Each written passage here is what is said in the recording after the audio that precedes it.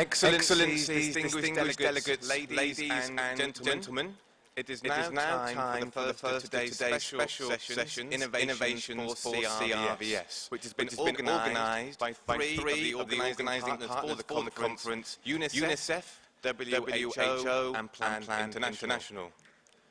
Before I turn over proceedings to Mr. Boonchai, the co-chair of the Asian e-Health Information Network, who will moderate this session, please note that no interpreter services will be available. Mr. Boonchai. Okay. Good afternoon and thank you, ladies and gentlemen. We are very happy to have this session. Our session is the best practice innovation for the civil registration and vital statistics in Asia and Pacifics. And it is happy that we have famous three panelists with us to exchange what we know about innovation in the CRVS. But first, I would like to present the kind of the introduction for some innovation in the civil registration and vital statistics in Thailand to be prime you to another three aspects of the innovation in this area. You can see from the front of the conference room that there is exhibition from the Ministry of Interior showing the national ID and Thailand civil registry.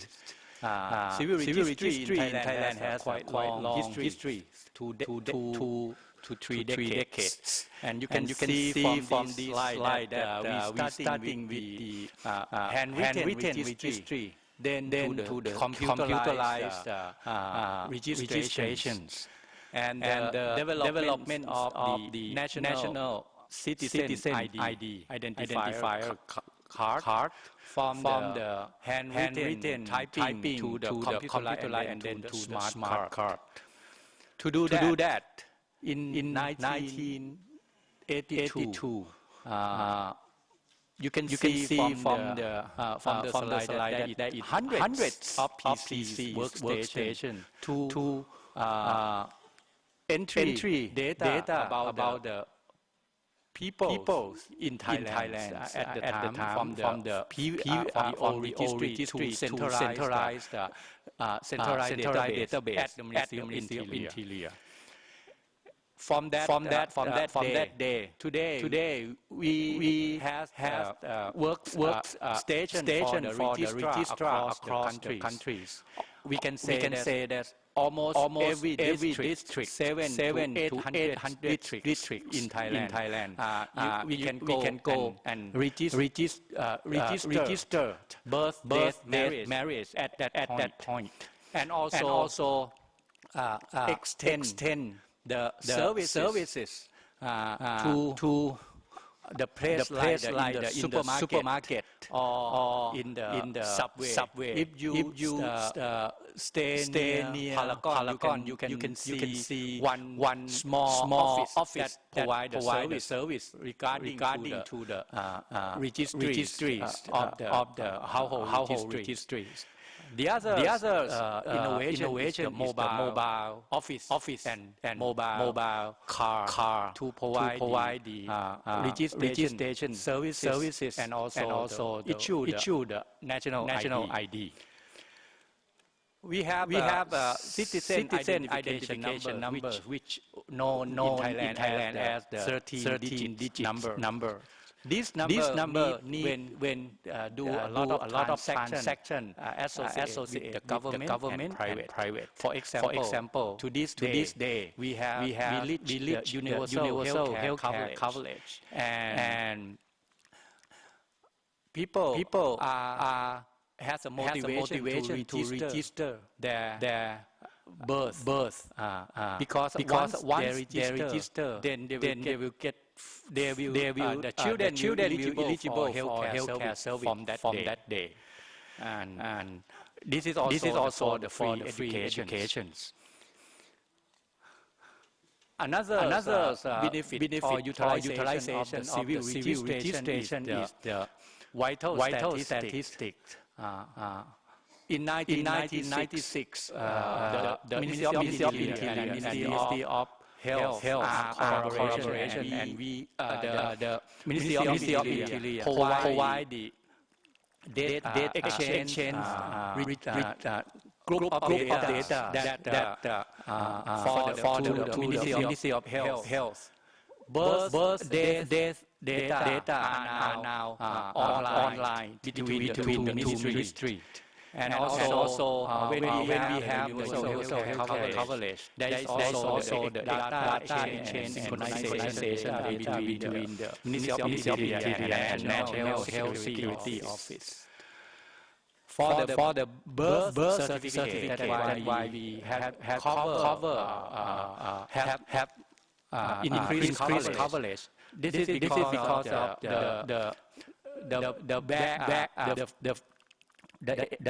data that hospital provide to the Ministry of Interior that will help data of the children that delivery in the countries.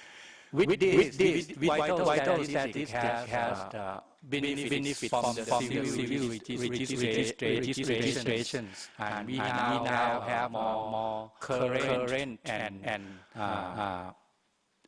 time for vital statistics, and also the coding ICD code. The vital statistics are more complete. This is a sample that the example that we do in Thailand regarding to the developing the more effective civil registration and collaboration between the ministry. Now I would like to invite Mr. Edward Duffus, the digital birth registration manager from Pan International, to talk about innovations in the perspective from Pan International. Thank you, Dr. Chai. My name is Edward Duffus. I am the Digital Birth Registration Manager at Pan International. As part of PLAN's Count Every Child initiative, the Digital Birth Registration Program helps governments to improve birth registration rates, extend the reach of registration services through the appropriate use of technology, and strengthen CRVS systems.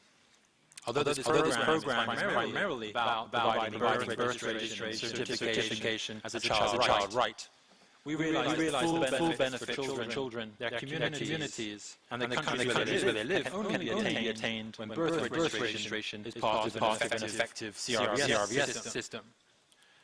So today I'm speaking from a child rights perspective, but also as a technologist. And I hope this presentation will begin to answer the following question. How can we ensure we get the most value out of our information communication technology investment for CRVS? Almost all countries in the region see that ICT can bring great value to CRVS. This could mean, for example, building central databases such as in Thailand to store civil registration data electronically and securely.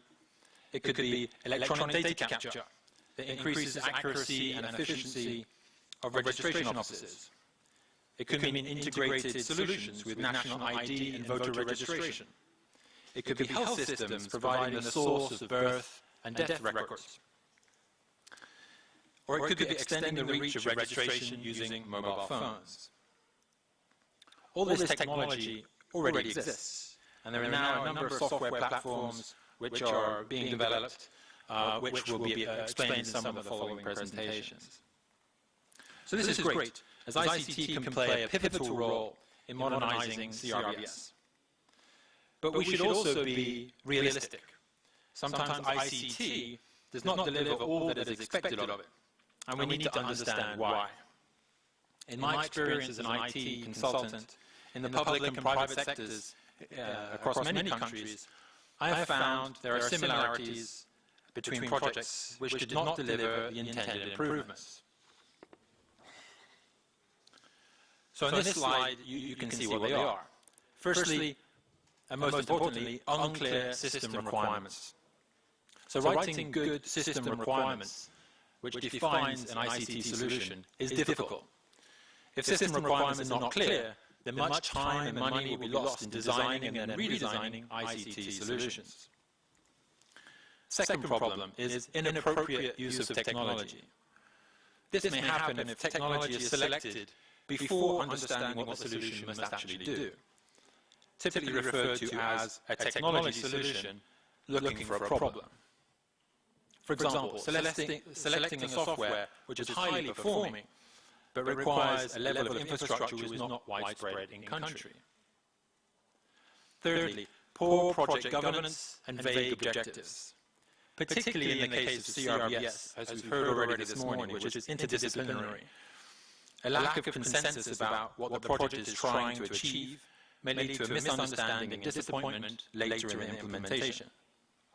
And lastly, inadequate skills and resources. If we don't have the right expertise in the right numbers, then our end product will be potentially substandard. So the question is, how do we plan, of course, to avoid these issues? So I'm going to refer back to these potential problems in the remaining slides. But first, let's look at the value that we're expecting from our ICT projects. So apart from providing for the needs of CRVS, such as the needs of registration, legal documentation, vital statistics of all vital events, which are continuous, universal, permanent and compulsory, and filling the needs of a wide range of stakeholders, ICT solutions must be cost-effective. So here I refer to the total cost of ownership of a solution. This not only means the cost of building a solution in the first place, but also the running costs, maintenance costs, upgrade costs. Solution needs to be scalable, that is, suitable for widespread national rollout. Solutions must be sustainable in the long run. They must be flexible.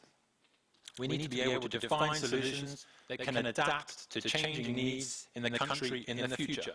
This means adapting to new legislation, new sources of data, without requiring huge rework. They must be interoperable. Often through a unique ID, CRVS systems need to be able to exchange data with other systems. They need to be secure, recognizing that privacy and confidentiality of data is essential, and performant, such that users of the system get a reliable user experience. So you can see already we have quite a long list of the demands of our ICT.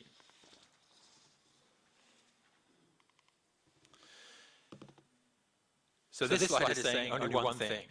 If we want ICT to be all of these things, then we should not start implementing anything until we have conducted a proper planning and analysis up front. For example, we should not develop birth registration solutions without first understanding how this fits with the holistic view of CRVS, including all other life events and the provision of vital statistics. So, how do we conduct such planning and analysis? So in the brief amount of time I have in this presentation, I'll give you an overview. Firstly, some things need to be in place up front to ensure that project governance is strong and objectives are clear. So here you can see I'm referring back to some of the pitfalls which one might encounter. So we need a governance structure. For example, a formal CRVS steering committee. We need a long-term vision for CRVS. This is about defining where we're trying to go, with targets, standards, and principles in place. We need stakeholder coordination, which means that the steering committee is able to arrive at joint decisions across that group. And we need accurate baselines so we can quantify the current state.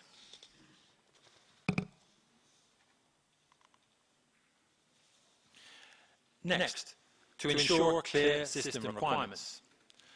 Stakeholders need to analyze the existing registration processes along with systems, organizational capacity, legal frameworks, and compare this with the long-term vision statement. Each process flow for each life event, from source of data to registration, certification, and production of vital statistics, needs to be mapped out along with the bottlenecks and challenges seen compared to the long-term vision. As this is a particularly important aspect, the analysis of the process flow, I provide a quick example for you to give an illustration of what I mean. So this is a fictional process flow for a birth registration process. Birth registration done outside a health facility. So you can see, I won't go through all the boxes, but you can see it has certain features. Firstly, it has a start point, top left, which is the parent notifying the village secretary of the birth. Bottom right, in red, you can see the end point of the process, which is the district civil registration office printing and issuing the birth certificate. And in between are all the individual process steps completed by each of the individual actors. In this case, the parent, the village level, the district civil registration office, and the national civil registration office. On the bottom right, you can also see the interaction between this process, the civil registration, and importantly, vital statistics, so the passage of data from one organization to another. So on top of this process, once mapped, we then try to analyze what are the weaknesses of this process. So in this illustrative example, there were three weaknesses. Firstly, low birth registration due to the distance and unavailability of the assistant chief. Secondly, inaccurate and lengthy manual data entry. And thirdly, there's poor data integration between systems, as only aggregated data was passed to vital statistics. And the third stage, this is a rather oversimplification, but at the third stage, we look at potential technical solutions. So how could ICT respond to these challenges? So here we have a mobile notification application, which overcomes the distance and unavailability of the assistant chief. We have a digitized civil registry to overcome the inaccurate and lengthy manual data entry.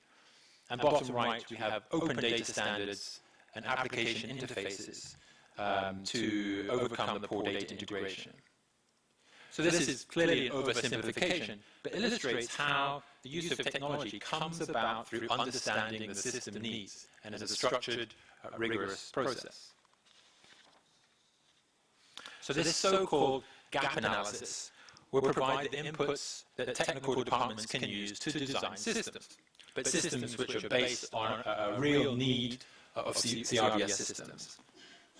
This will include new streamlined process flows, system requirements which will plug the current gaps and bring CRVS towards the long-term vision, and organizational roles and policies to support new ways of working. If technology choices are made once we have these outputs, then we can also ensure it is appropriate to the context.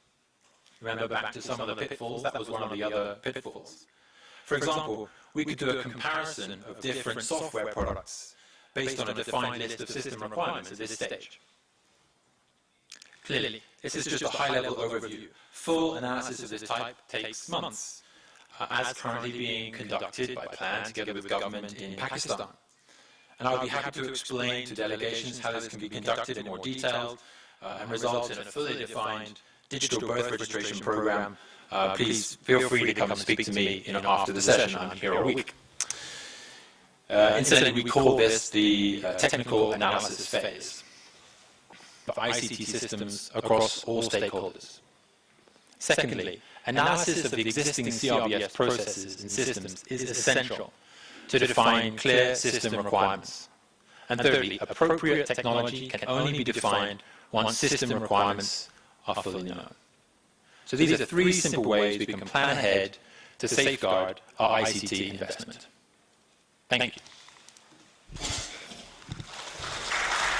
Thank you, Ed, for very insightful about the structure, or we call the enterprise architecture for the CRVS system that will utilize the ICT. Next, I would introduce Kendra Grayson from senior advisor from social welfare and justice system from UNICEF to present the birth registration as the integral component of the CRVS. Thank you, and thank you for my introduction and inviting me here. Distinguished ladies and gentlemen, excellencies, partners, and colleagues. This is quite an important event and marks a milestone we should all really celebrate as we move towards every person and every child being registered, being recognized within the civil registry. We are all familiar with the scale of the issue. While registration rates of children under 5 years of age have improved slightly over the past decade from 58% to 65%, there are significant regional differences, as this slide shows, and in Asia there are more than 135 million children under 5 years of age who have not been registered. And there are many reasons why those children may not be registered. We know that children in rural areas are less likely to be registered than children in urban areas. That for some of the poorer populations, the cost may deter registration. Those children who are from the wealthiest 20% of the population are more likely to be registered than those from the poorest. Parents may not know the importance of registration or how it could benefit them or their child.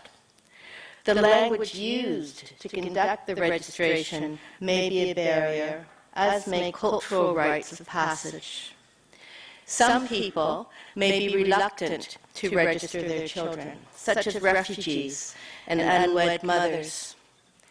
The challenge is how to address each of these areas to do something different, such that all are able to be registered at birth. Now, these characteristics that are up on the screen right now, I expect are familiar to all of you. These are the characteristics which also Ed referred to briefly, which are the characteristics or the principles for an effective civil registration and vital statistics system.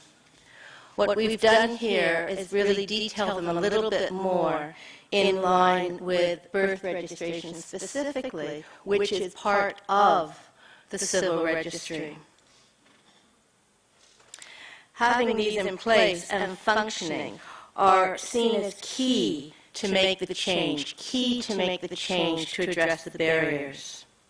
Innovation, as the title of this presentation, of this session, is anything new or different that adds value. These characteristics may not be new or different, but using these as a way to evaluate any innovation is different.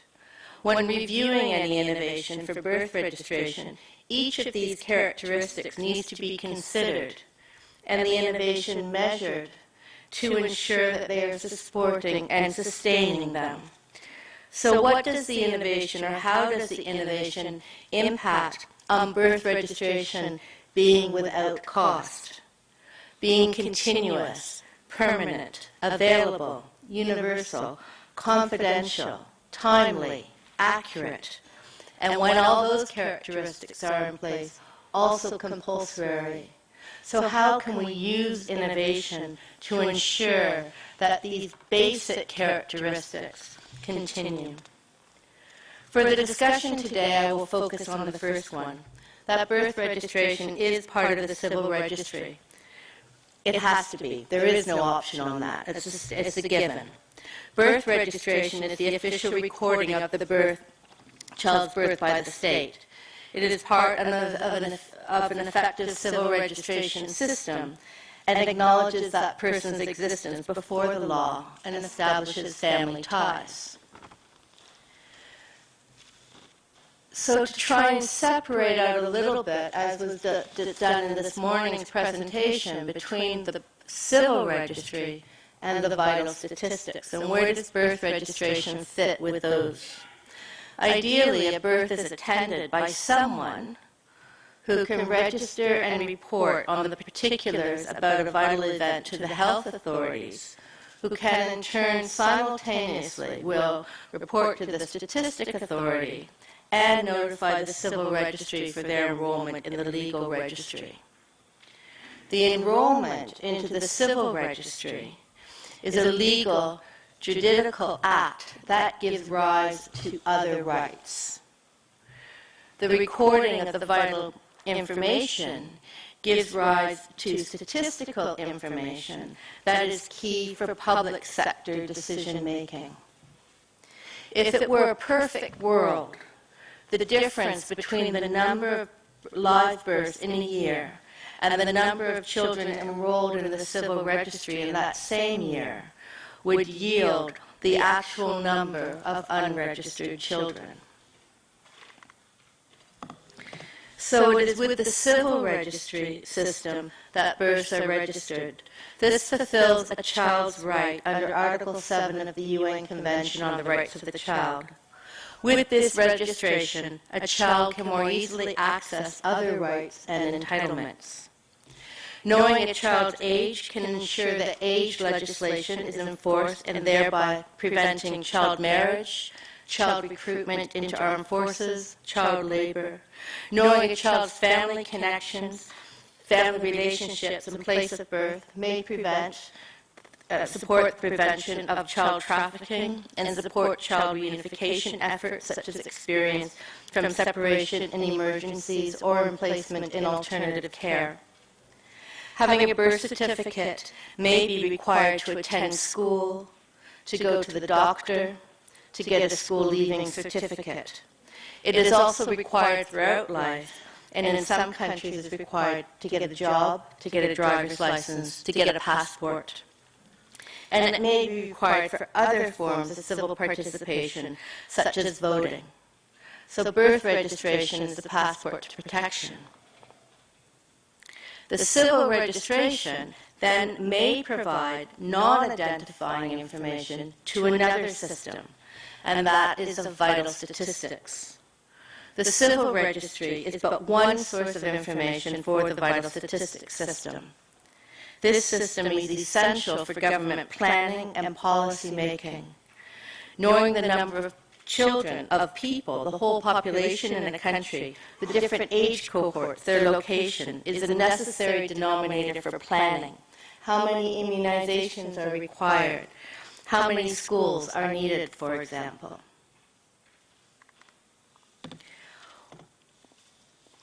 One innovation, as Ed was detailing, is the use of information and communication technologies to support birth registration as part of the civil registry.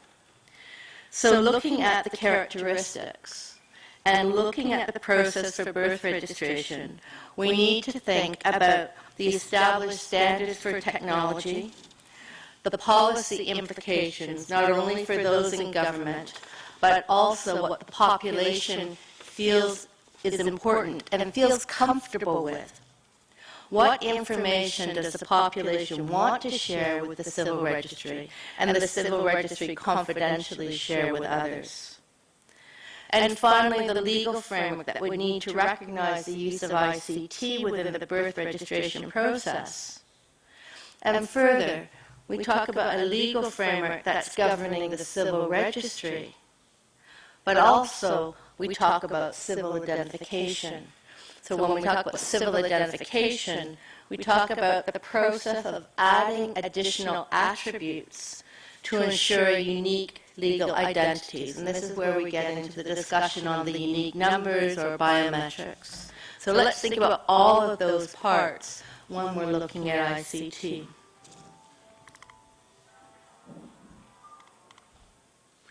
There are a number of specific questions that need to be asked when thinking about introducing a change in the birth registration system.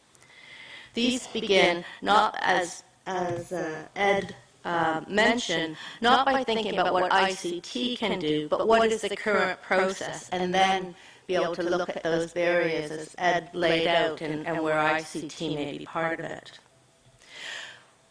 when you're looking at introducing ICT, when there has been a discussion on that, there is a number of questions that you may want to tackle that need to be analyzed when thinking specifically when that decision has been made.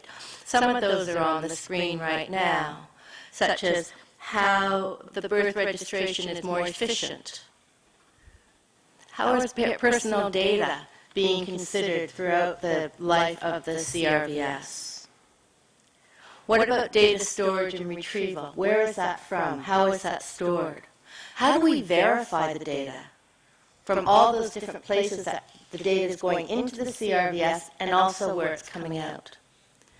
How are the certificates issued? What is their legal value and validity? How do people view those certificates when they're actually presented before them? For information, in a couple of weeks, UNICEF with the Inter-American Development Bank will be tackling these questions along with other partners, including some of the partners and governments in this room, or civil registrars in this room, at an upcoming consultation. Through the review of concrete examples on the use of ICT to support birth registration, we will recommend basic standards which must be applied to birth registration and identification, including the link to vital statistics, having birth registration as the point of departure. We'll review these standards and corresponding legal frameworks as the basis for the introduction of technology, including information and communication technologies, and develop guidelines for civil registrars to consider when introducing new technology for the application of international standards.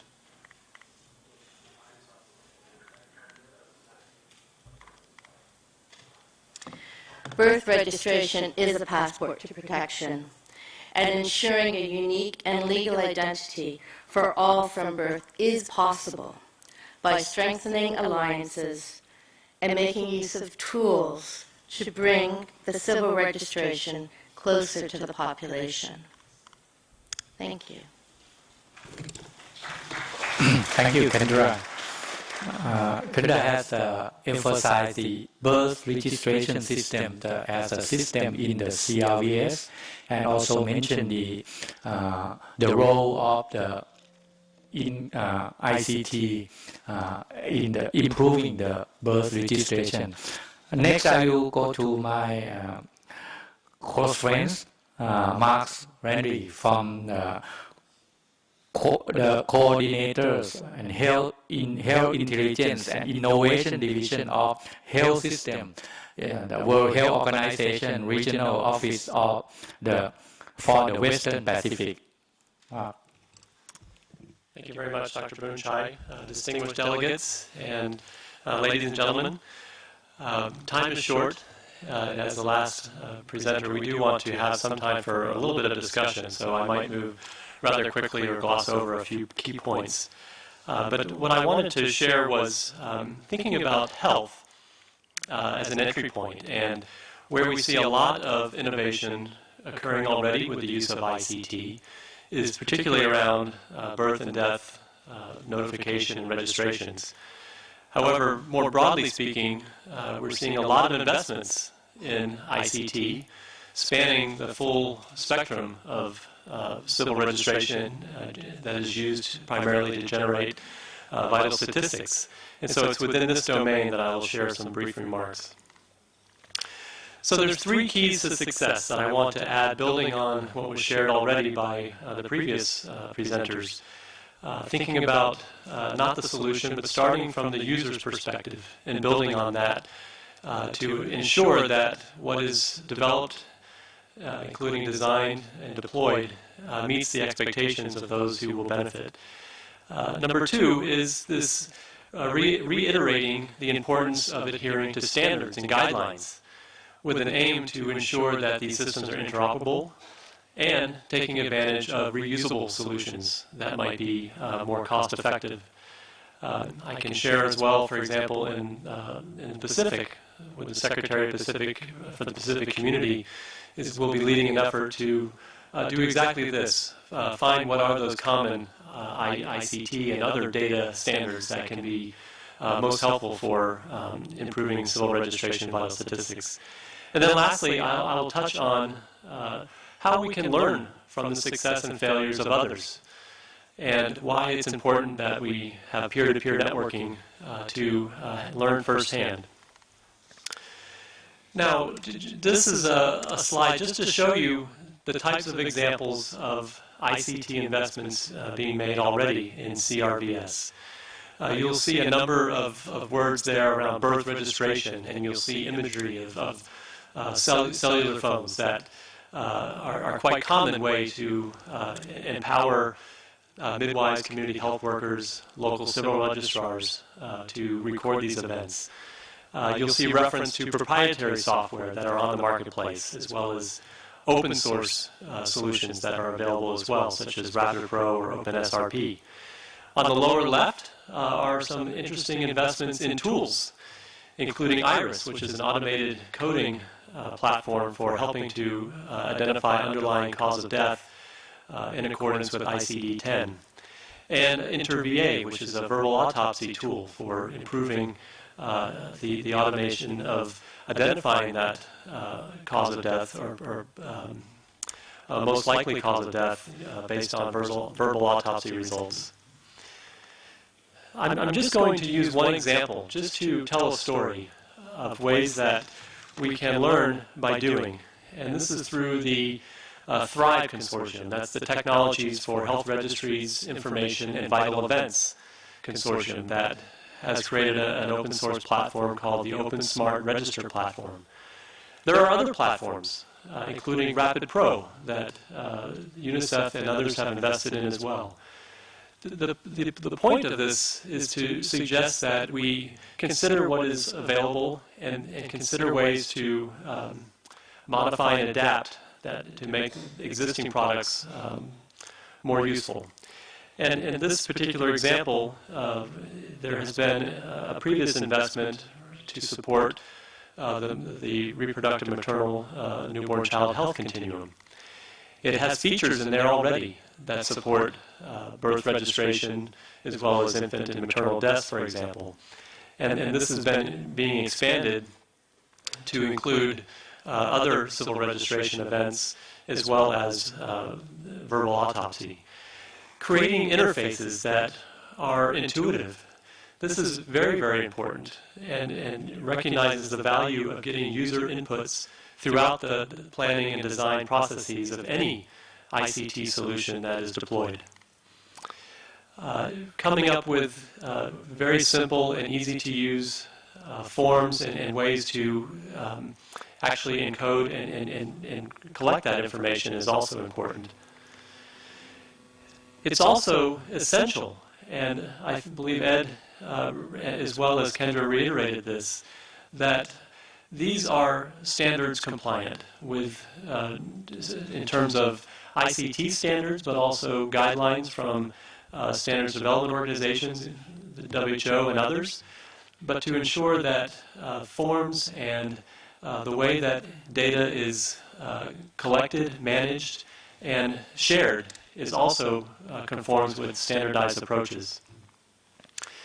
And again, from a user perspective, recognizing that with a standardized approach, we're able to create more robust reporting and other features that really create the feedback loop that is necessary to ensure the utilization of these investments by those users or beneficiaries. Just expanding on this example, this particular platform has been adapted for use in Pakistan, and other countries are considering this. Reiterating again this point of reusability. A lot of key questions come up along the way, and Ed acknowledged this as well, that we have to make critical decisions on how we use our very constrained resources. Do we build something from scratch? Do we buy something off the shelf? Or do we modify any existing technology or transfer from one context into our own? And some other key considerations are listed below, thinking about these decisions that have implications for operation and maintenance, as well as scaling and sustainability. I wanted to share briefly just a couple slides on another piece of work, again showing how we can find more value out of different parts or tools that already exist, including work that is underway in the WHO Southeast Asia region on the Electronic Cause of Death Integrated Reporting System, or ECODERS. This is just highlighting that there are a number of existing tools and platforms that exist, and the current emphasis and work underway is to connect these.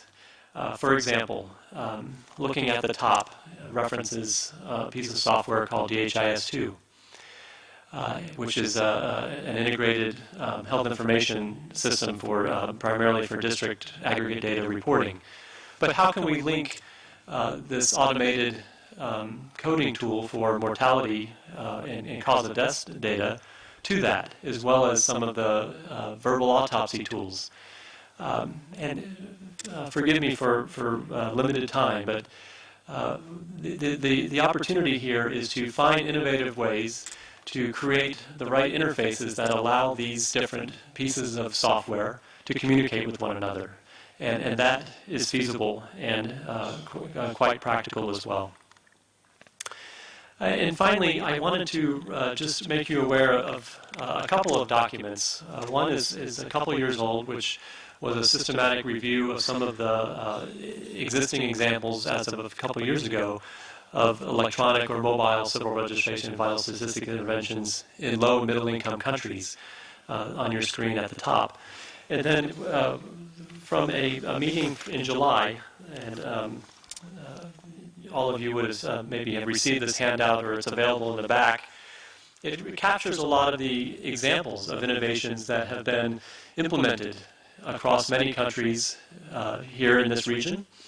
And I want to emphasize with that document that we see a lot of promising, very useful solutions and technologies, and the opportunity is to bring those to scale.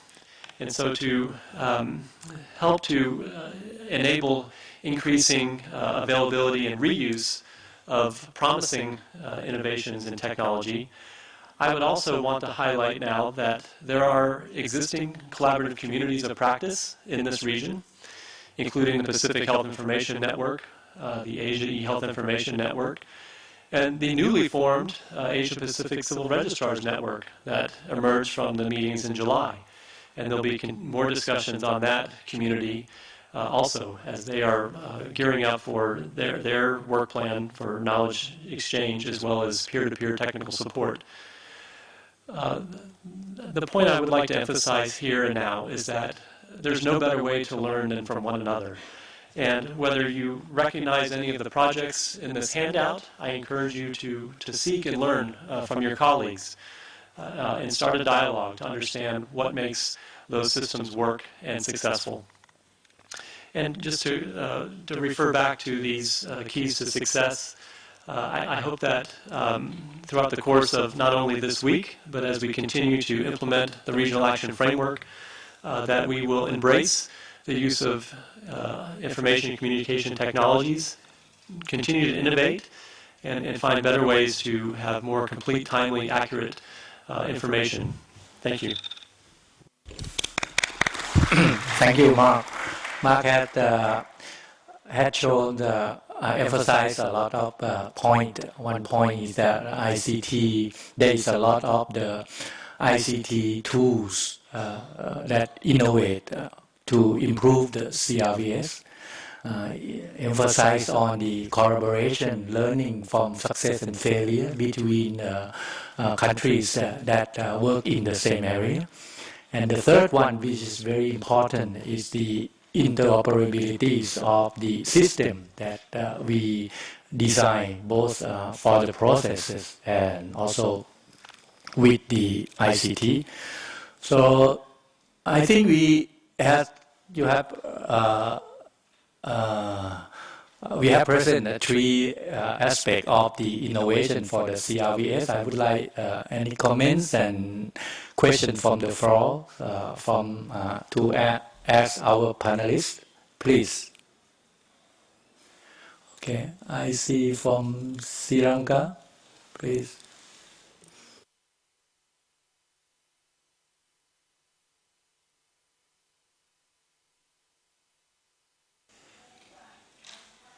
Chai, about the Thailand experience, you said from birth the ID number is given and it is used for healthcare and education. Here, I like to ask you about the confidentiality of information we are concerned, where healthcare is concerned, by using the same ID number. Uh, we are having some problems in our country. We are going for a in for the health, and we are thinking it's not the normal ID number. So, how are you tackling this?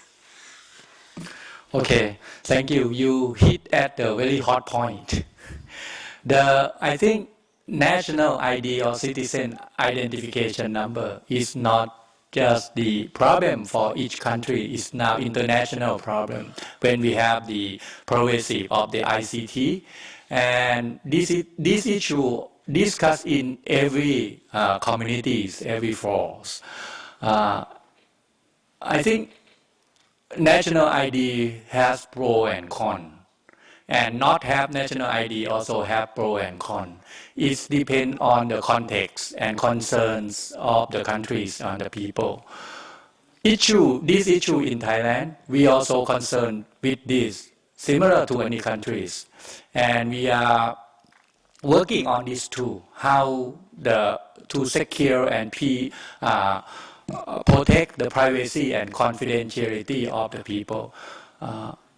To say that it is not mean that we don't do the security and privacy. Right now, we don't use ID freely.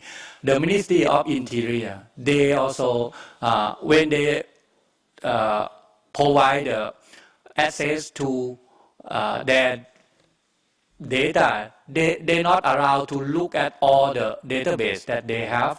There will be agreement or the legal agreement between agencies, like the Ministry of Health and Ministry of Interior. When Ministry of Health requests the Ministry of Interior to get the birth and death record, then they will have a legal agreement how each organization to manage the process of protect privacy and confidentiality.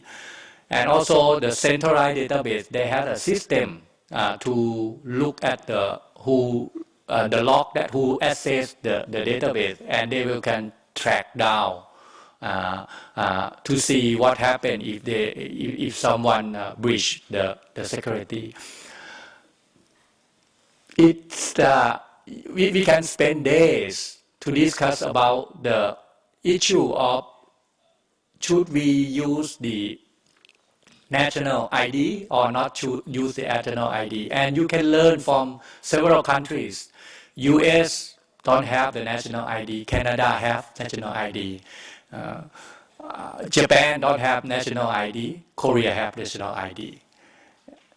And many. So I think it's good for us to learn from the lesson that how they manage their this kind of the very important information. So I would like to ask all the panel, do you have any comments and add in this point?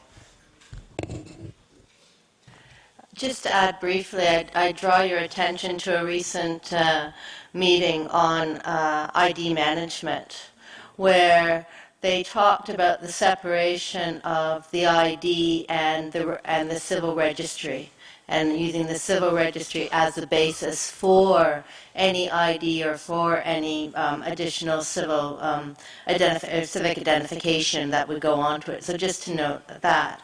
The other question that often comes up is on how do you make that ID number in the first place, and how is that comprised, and should that be identifying? Should there be parts of that which actually directly link to something else, or actually should it not be linked to anything else? So because it's a question about privacy and how that number, when you share it, would then be used. So I think there's a lot of Also, you talked a little bit about we talked a little bit about some of the confidentiality that's actually within that ID number.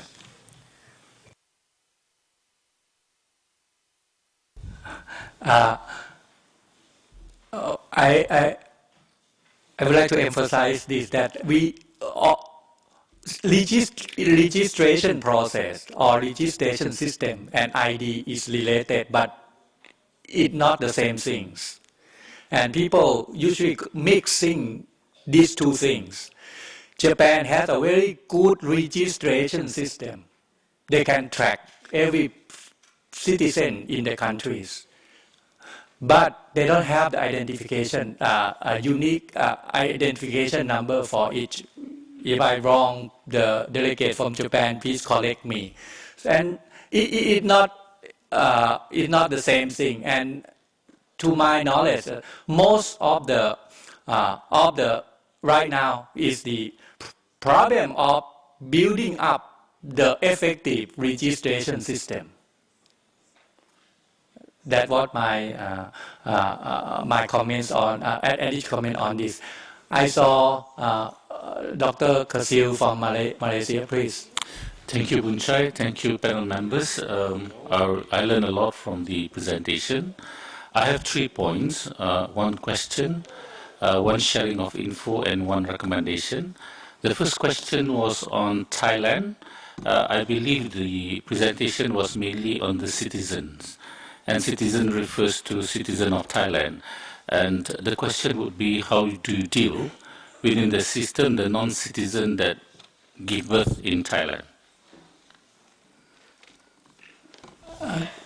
There is a little bit echo. Could you repeat the question again? I noticed in your slide, you refer to citizens in your system. So how do you deal with non-citizen? You know, whether they goes into the system that you have, or they have a separate pathway as far as providing civil registration of birth and etc.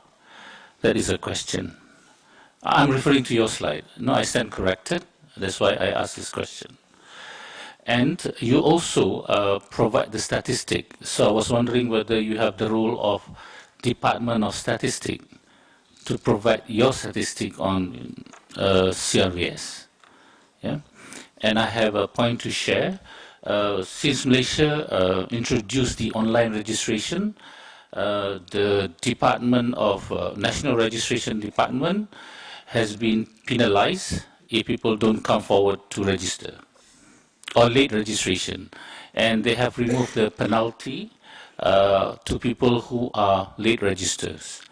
And with the online registration, the National Registration Department would know how many people delivered in the hospital and how many has turned up for registration. That is my point to share. And the third one is for Kendra. I think I noticed in your presentation that when we talk about integration and interoperability, the standard that you mentioned was mainly on the integration. But I think we need to have a semantic standard in place so that we understand each other. You know, when we share in the near future all this data from all the various ASEAN member countries and the Pacific, we need the semantic standard in place, I think.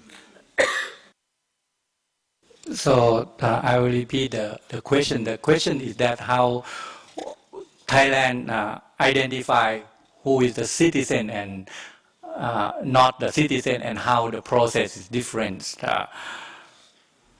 The citizen ID is, you can see that the registration system is not happen in 1 or 2 years. It happened hundreds of years, and then the centralized database happened 3 decades ago.